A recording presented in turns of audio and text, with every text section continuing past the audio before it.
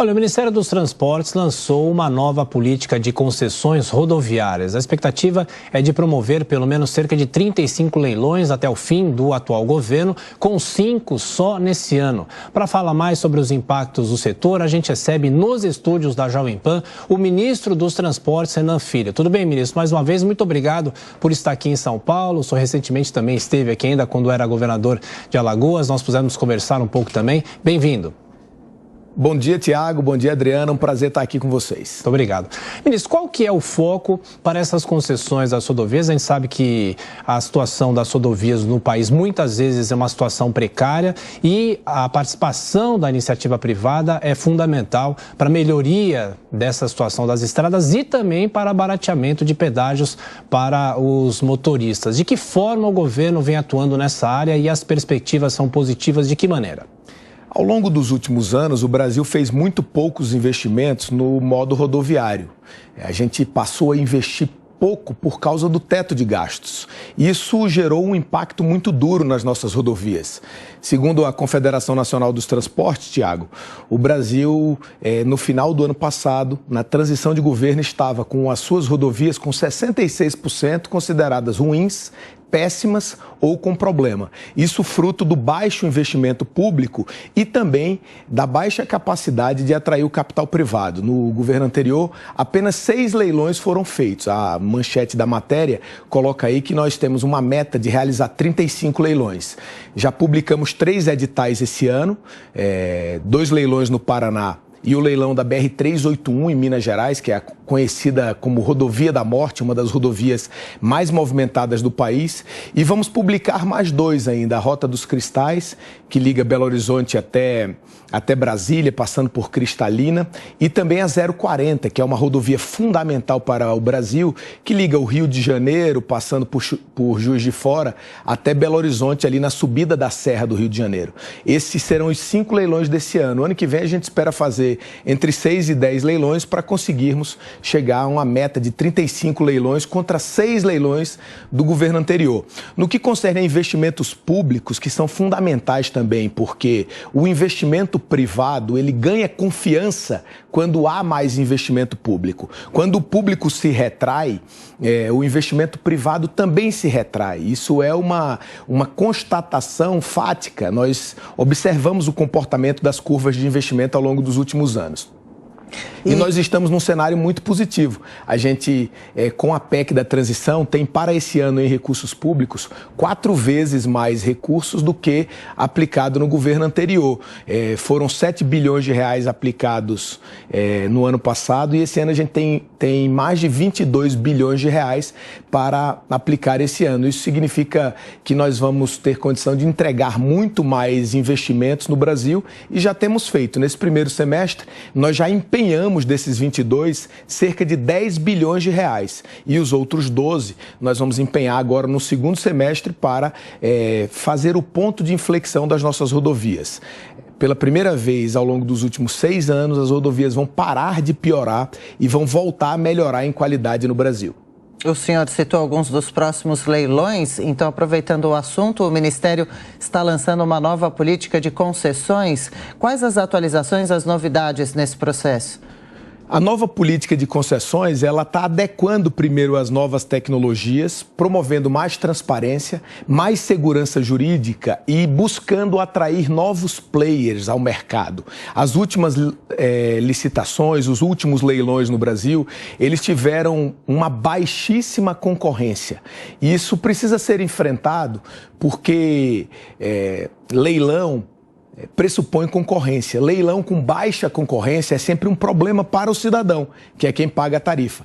Então, nós estamos enfrentando essa dificuldade da baixa concorrência, diminuindo trechos, discutindo mais com o mercado os leilões que serão feitos, promovendo mais transparência, atraindo novas tecnologias, como, por exemplo, o Free Flow, que vai cada vez mais inutilizar as antigas praças de pedágio. As pessoas vão passar e vão ter o seu custo de pedágio cobrado por quilômetro e não mais por uma praça física, então isso é mais justo do ponto de vista social. Quem roda mais paga mais, quem roda menos paga menos. Também vamos institucionalizar a prática da não cobrança para motocicletas. Muitas pessoas de baixa renda utilizam como principal veículo para trabalhar, para levar a sua família à escola, ao médico, uma motocicleta de baixo custo, de maneira que a gente vai isentar também agora como política pública. E essas são algumas inovações que estão atraindo muita atenção do mercado, e a gente acredita com isso que a gente vai atrair o capital privado, garantindo pedágio justo para o cidadão brasileiro e ampliando os investimentos, porque o foco do governo é fortalecer os investimentos públicos, é fundamental, o mundo inteiro faz isso, a iniciativa privada não tem condição de dar sozinha também solução para todos os nossos problemas, mas assim, ampliar recursos públicos e ampliar também a atração do capital privado para somar esforços. Pois é, ministro, antes de entrar em outros assuntos também, a gente tem uma discussão de décadas aqui no Brasil da reativação das ferrovias e também as hidrovias aqui no Brasil. Eu pergunto para o senhor fala muito sobre o capital privado, mas o dinheiro público também é necessário e importante. De que forma, ministro, é possível também ampliar toda essa infraestrutura com os recursos públicos? Olha, é muito importante a gente somar os esforços, né? Atrair recursos públicos e privados. No âmbito das ferrovias, por exemplo, a gente teve algumas entregas importantes nesses primeiros 6 meses. A principal delas foi a conclusão da Ferrovia Norte-Sul. Como você colocou, Tiago, o Brasil, durante muito tempo, ficou parado no ambiente ferroviário. Essa ferrovia tinha iniciado lá no Sarney. Vale ressaltar que o presidente Lula fez 90% do percurso da Ferrovia Norte-Sul e agora voltou para entregar o seu final, que era um trecho ali no estado de Goiás. E agora toda ela está funcionando. Pela primeira vez, uma locomotiva pode sair do porto do Itaqui, no Maranhão, e chegar até o porto de Santos. Isso é um avanço considerável. Também estamos fazendo a FIOL, que é uma ferrovia de integração oeste-leste na Bahia, que sai ali de Ilhéus, passa por Caetité, vai passar por Luiz Eduardo Magalhães, por Barreiras, vai chegar a Mara Rosa, em Goiás, e vai acessar depois por meio da FICO, que é uma outra ferrovia de integração centro-oeste, o Brasil Central, e vai cortar perpendicularmente a Ferrovia Norte-Sul. Nós teremos uma cruz dividindo o Brasil inteiro do ponto de vista ferroviário. Serão as 2 ferrovias mais estruturantes do país. Mas, além disso, estamos tocando a Transnordestina no Nordeste. O presidente determinou que, diferentemente do que foi feito no governo anterior, a gente deu uma solução para o trecho de Pernambuco, porque o governo anterior tinha tirado Pernambuco da Transnordestina e nós vamos recolocá-lo. Isso vai ser muito importante porque vai inserir o estado de Pernambuco e os estados do Piauí e do Ceará na estratégia de desenvolvimento ferroviário do Nordeste, o que é fundamental. Estamos estudando algumas renovações também que podem possibilitar novos investimentos, como a Ferrovia Centro-Atlântica, a FCA, a Rumo Malha Sul também está em processo que pode levar à renovação. Isso pode elevar os investimentos privados em ferrovias. E a gente acredita que o fortalecimento dos investimentos públicos pode fazer o Brasil avançar mais. Vale dizer, Tiago, para finalizar essa parte de ferrovias, que o Brasil fez muitas ferrovias no Império e de lá para cá não fez tanto, porque o modo ferroviário ele ficou durante muito tempo no Brasil em segundo plano quando comparado com o modo rodoviário. Isso atrasou o país, mas agora com o crescimento da produção, especialmente a produção da agricultura do Brasil Central, também a produção de minério, a necessidade de insumos, porque o trem hoje desce com grãos ao litoral e depois sobe com máquinas, com fertilizantes. Isso deu ao Brasil uma nova possibilidade de construção de ferrovias e a gente precisa aproveitar essa chance e estruturar o Brasil para que a gente fique cada vez mais competitivo e garanta exportações recordes, como a gente tem visto na balança comercial desse ano, mesmo com dólar em queda, com inflação em queda também, graças à política fiscal aí do governo federal, a gente observa a balança comercial batendo recordes. Isso é fruto dos diferenciais competitivos brasileiros, e ferrovias nessa estrutura, hidrovias também, garantirão mais competitividade ainda ao país. Pois é, ministro, e dentro de tudo isso que o senhor está falando, alguns anos quando o senhor esteve aqui ainda com o governador de Alagoas, a gente falava muito sobre o custo Brasil, sobre a burocracia, e não tem outra discussão agora na hora do dia, que é a reforma tributária, finalmente aprovada pela Câmara, agora vai para o Senado. E eu pergunto para o senhor o seguinte: o senhor acha que a reforma tributária vai ajudar também a destravar esses investimentos na área dos transportes? Certamente, a reforma tributária ela vai destravar a economia inteira, né? A gente nem sabe bem qual será a nova realidade econômica do Brasil depois que essa reforma tributária for aprovada, a gente ir sancionada e começar efetivamente a ser implantada. A gente sabe que vai melhorar e que vai melhorar muito, mas para onde a gente vai, a gente nem sabe bem.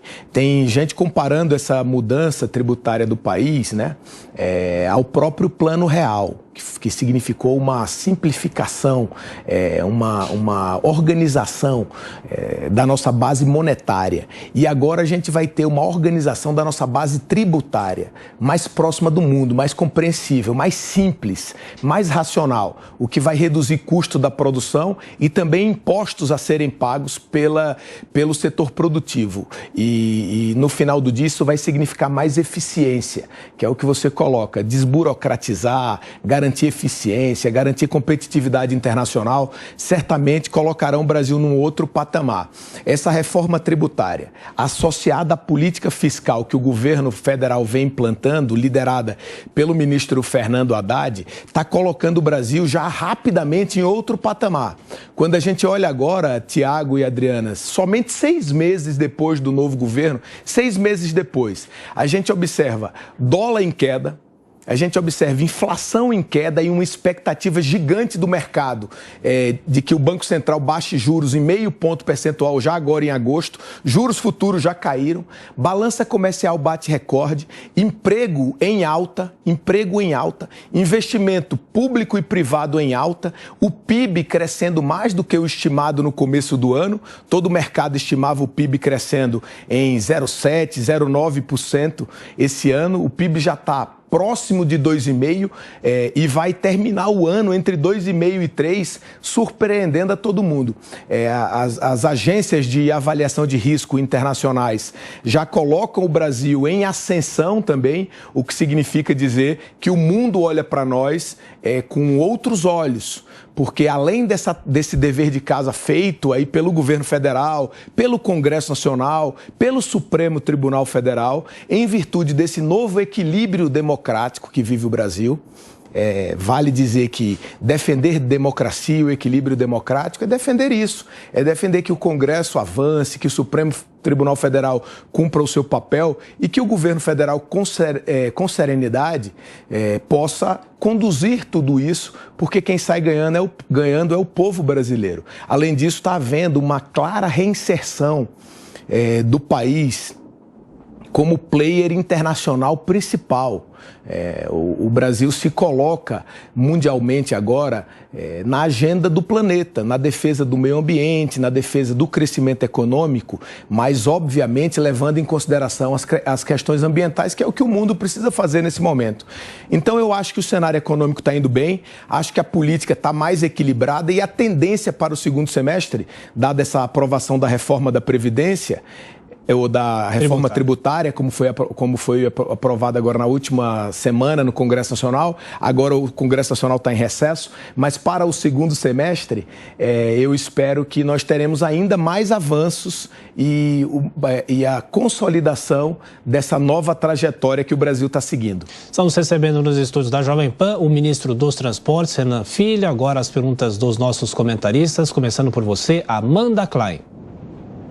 Ministro, bom dia, prazer falar com o senhor. Ministro, no governo anterior, o ministro da Infraestrutura era o Tarcísio de Freitas, hoje governador de São Paulo, que se notabilizou muito nessa pasta por ser um gestor eficiente, embora o senhor diga, e eu já ouvi o senhor repetir, que a última década foi uma década perdida em termos de investimento em infraestrutura. No que a sua gestão agora se diferencia da anterior? É claro que o senhor tem mais de 20 bilhões aí da PEC da transição, ou seja, mais investimento público, mas principalmente no que a sua gestão se diferencia e vai se diferenciar da anterior? Olha, primeiro garantindo mais investimentos, né? Porque gestão tem que se avaliar por resultado, não pode se avaliar por impressão, né? O fato é que o Brasil evoluiu em infraestrutura nos últimos anos. Quando comparado com qualquer ranking internacional, nós temos uma condição de infraestrutura muito ruim. Não é apenas a passagem do ministro Tarcísio, mas desde a imposição do teto de gastos, que foi superior à gestão do Tarcísio em tempo, inclusive, o Brasil passou a investir muito pouco. O ano passado, por exemplo, nós investimos em valores nominais igual ao Uruguai. Não tem como isso dar certo e muito menos tem como isso ser eficiente. A gente precisa investir mais porque nós somos uma das mais relevantes economias do planeta. As economias relevantes como a Índia, a China, investem muito mais do que o Brasil. Tudo bem, mas a gente não pode investir igual ao Uruguai. Então, isso marcou bastante o país ao longo dos últimos anos. As nossas rodovias pioraram. As ferrovias evoluíram muito pouco. No modo hidroviário, nós estamos ainda engateando. E nós somos um país eminentemente exportador e precisamos fazer muito mais. E vamos fazer mais agora. A nossa gestão, a gente vai marcá-la pelo fortalecimento dos investimentos públicos com sustentabilidade fiscal, que é o que está colocado aí pelo ministro Fernando Haddad, e pela maior capacidade de atração do capital privado, com transparência, com segurança jurídica, consertando os erros do passado, porque há uma curva de experiência que apresentam vários erros no passado. Nós estamos corrigindo isso, inclusive uniformizando os contratos, dialogando mais proximamente com a iniciativa privada e com o mercado, para a gente corrigir isso e, no somatório, a gente fazer um investimento mais relevante. Porque eu sou daqueles que acham que gestão pública se mede por entrega, não se mede por impressão. Porque na impressão fica ruim de comparar quem foi mais eficiente, se foi a ministra Damares, se foi o ministro da Ciência e Tecnologia, que foi eleito senador, o astronauta, se foi o ministro Tarcísio, todos eles entregaram muito pouco no governo anterior. Sua pergunta, Cristiano Beraldo. Ministro, bom dia. A gente, olhando o que aconteceu nos governos anteriores do presidente Lula, a gente vê a privatização de rodovias extremamente importantes, como Regis Bittencourt e Fernão Dias, num modelo onde o pedágio é barato, mas a qualidade da estrada continua muito ruim. A gente tem estradas esburacadas, a gente tem curvas muito perigosas, a gente tem falta de alguns equipamentos de segurança que são elementares. Fora isso, as estradas brasileiras, elas eram caminhos que foram transformados em estradas. A gente não tem eficiência. A gente parece que tem uma dificuldade em fazer ponte, em fazer túnel, deixar estradas mais retas, mais rápidas. O senhor não acha que falta ousadia para se assumir que o Brasil precisa de um novo desenho de estradas melhores, mais adequadas, mais eficientes e que possam levar desenvolvimento para o Brasil? Olha, eu não acho que falta ao Brasil capacidade técnica de engenharia. O Brasil é um dos países que tem a engenharia mais sofisticada do planeta. O Ministério dos Transportes, por meio do DENIT, tem um braço extremamente sofisticado no que concerne a construir rodovias. O que o Brasil fazia errado era fazer rodovias, como você falou, com pedágio muito barato e que não permitiam sustentar o investimento necessário. Então, se você cobra muito pouco, você levanta pouco recurso para investir naquela rodovia. E com pouco recurso não dá para fazer mágica. Isso é mais ou menos como fazer uma casa. Você não tem como fazer uma casa grande, confortável, com pouco recurso. Pouco recurso você faz no máximo uma casa pequenininha.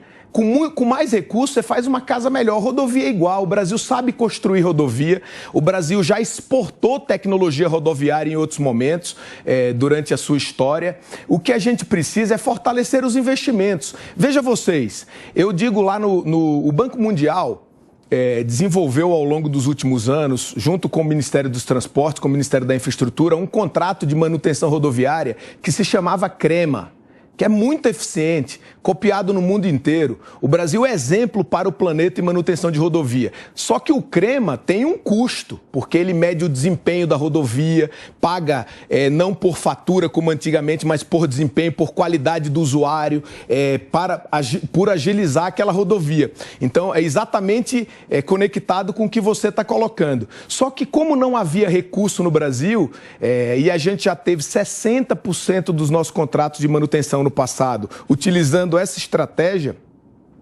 desenvolver uma outra estratégia nos governos anteriores, chamada PATO. O nome do contrato de manutenção é PATO. Esse contrato ele é muito menos eficiente, ele faz apenas ali um tapa-buraco, corrige algumas áreas que estão com mais dificuldade. Entretanto, com pouco recurso, você vai diminuindo a qualidade dos contratos. E já estavam gestando contratos menores, porque se a gente não tivesse aprovado a PEC da transição, se o Brasil ainda estivesse submetido ao teto de gastos, o Ministério dos Transportes hoje investiria apenas 5 bilhões.